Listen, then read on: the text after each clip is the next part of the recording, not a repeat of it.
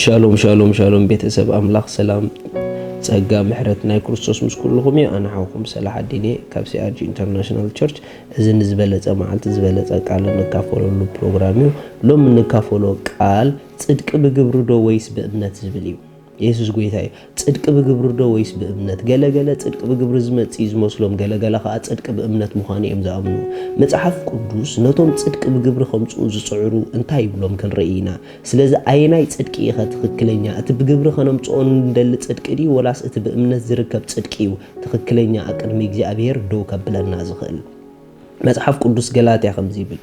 ገላትያ ምዕራፍ 3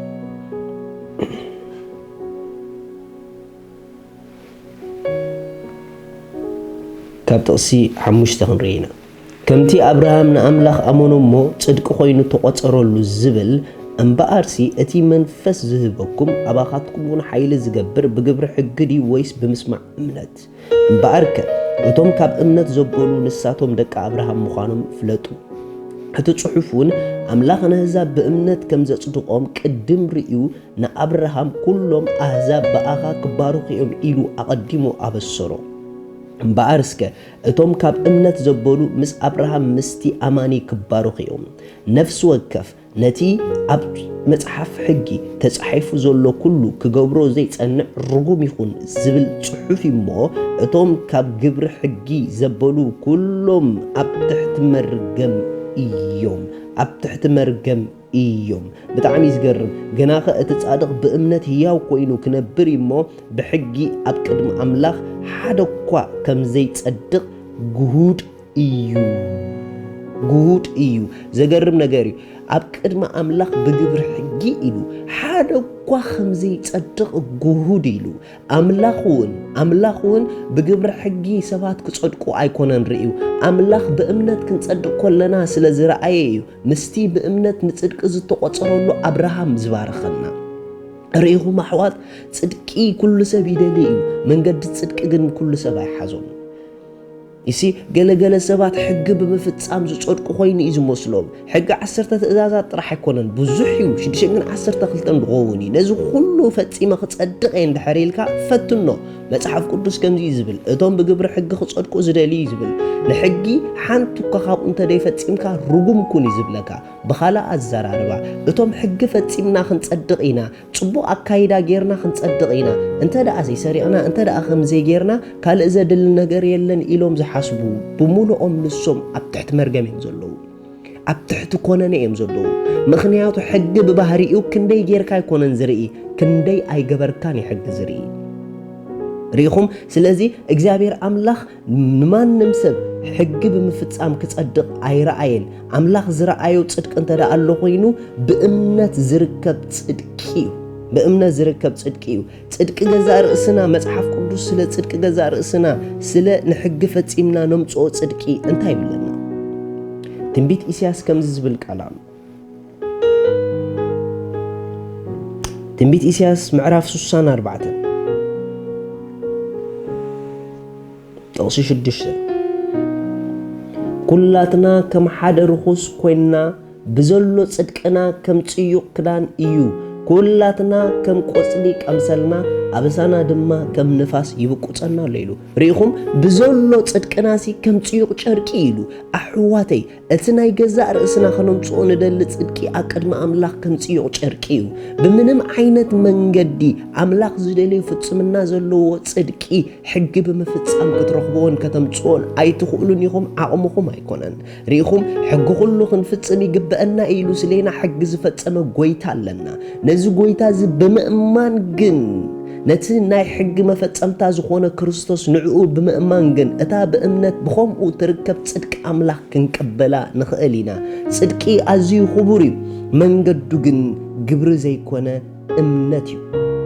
هاليلويا سلازي اتوم صدقي تداليو اتوم كتصدقو تداليو اتمنقد تداليلكميو صدق خموبات املاح كوينو تداليلكميو نجر جن نتزقبر نعو خم عدا خويني يزقصرلو اتبزي قبر زتصدق نسو بصي خم زبلك على املاح نكريستوس بمأمانكم بخوم صدق املاح تقبلوه مصحف قدوس كزارب كله كم زيبل رومي معرف 10 ሮሜ ምዕራፍ 10 ከምዚ ይብል ካብ ሓደ ጀሚርና ኣሕዋተየ ብፍልጠት ኣይኮነን እምበር ንኣምላኽ ቅንዓት ከም ዘለዎም ኣነ እምስክረሎም ኣለኹ እሞ ንሳቶም ክድሕኑ ስሊኦም ሃረርታ ልበይ ናብ ኣምላኽን ጸሎተይን እዩ ክርስቶስ ነቲ ዝኣምን ዘበለ ኩሉ መደምደምታ ሕጊ ንጽድቂ እሞ ጽድቂ ኣምላኽ ሰኣን ምፍላጦም ጽድቂ ርእሶም ክተኽሉ ብምድላዮም ንርእሶም ኣብ ትሕቲ ጽድቂ ኣምላኽ ኣይግዝኡን ርኢኹም ኣሕዋት ጽድቂ ገዛእ ርእስኻን ጽድቂ ኣምላኽን በበይኒ እዩ እንተ ደኣ ንጽድቂ ኣምላኽ ትደሊ ኾንካ ብእምነት ብክርስቶስ ኢኻ ትረኽቦ ናትካ ግብሪ ኣይተሓውሰሉ ርኢኹም ጽድቂ ገዛእ ርእሶም ክተኽሉ ስለ ዝደለዩ ነቲ ተዳልዩሎም ዘሎ ፍጹም ጽድቂ ኣምላኽ ግን ርእሶም ኣይግዝኡን ርኢኹም ኣሕዋት ንዓና ጽድቅና ዝኾነልና ክርስቶስ እዩ ስለዚ ብዓቕምና ብኽእለትና ዘይኮነ ንክርስቶስ ብምእማን እትርከብ ጽድቂ ኢና ተቐቢልና ዘለና እቶም ንዕኡ ዝኣመኑ እሶም ብእኡ ጽድቂ ኣምላኽ እዮም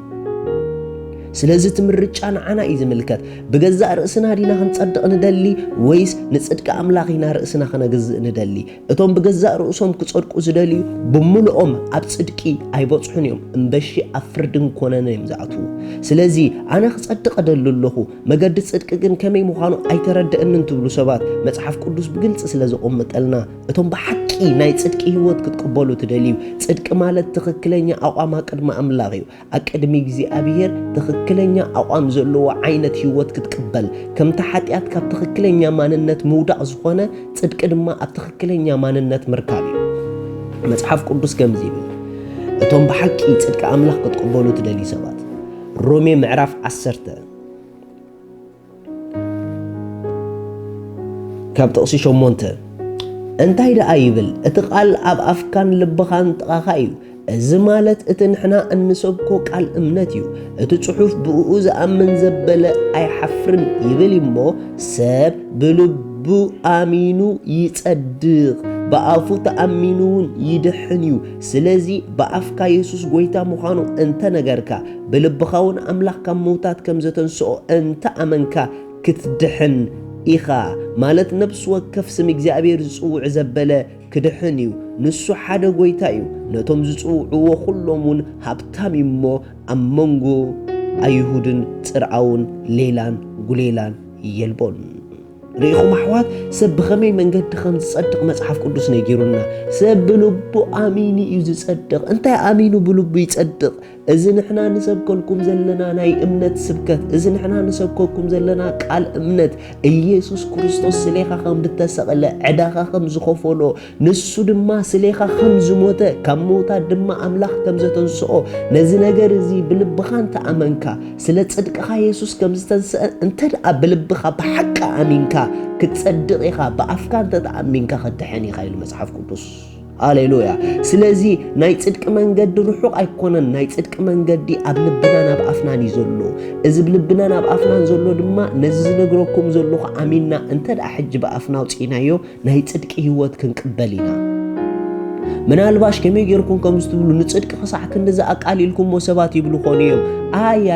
ኣይቃለልናዮን ሰብ ብዝበሎ ኣይከውንን ኣምላኽ ባዕሊ ጽድቂ ወሃቢ እቲ ወሃቢ ጽድቂ ድማ ኣወሃህባ ጽድቂ መንገዲ ባዕሉ ቆሚጡልና እዩ ጽድቂ ናይ ኣምላኽ ስለ ዝኾነ ከመይ ጌርና ከም ንቕበሎ ሰብ ኣይኮነን ነምጸልናት መንገዲ ኣምላኽ እዩ ዝነግረናት መንገዲ ኣምላኽ ባዕሉ ካበቕለለልና እቲ መንገዲ ንሕና ከነካብድ ኣየድልየናን እዩ ስለዚ እንተ ደኣ ነዚ ጎይታ ኣቕሊሉልና ዘሎ መንገዲ ጽድቂ ክንቅበሎ ፈቃደኛታት ኮይና ታ መንገዲ ሕጂ ብሓንሳብ ኮይና ክንገብራ ክንጽሊ ኢና እዛ ነገር እዚኣ እንተ ደኣ ደይና ኣምና ኮይና ግን ብገዛእ ርእስና ክንጸድቕ ኢና ኢልና ተሓሲብና ኩልና ኣብ ትሕቲ ፍርዲ ክንኣቱ ኢና ስለዚ ካብ ፍርዲ ሓራ ክትኮኑ ነዛ ጸሎት እዚኣ ጸልዩ ሳይ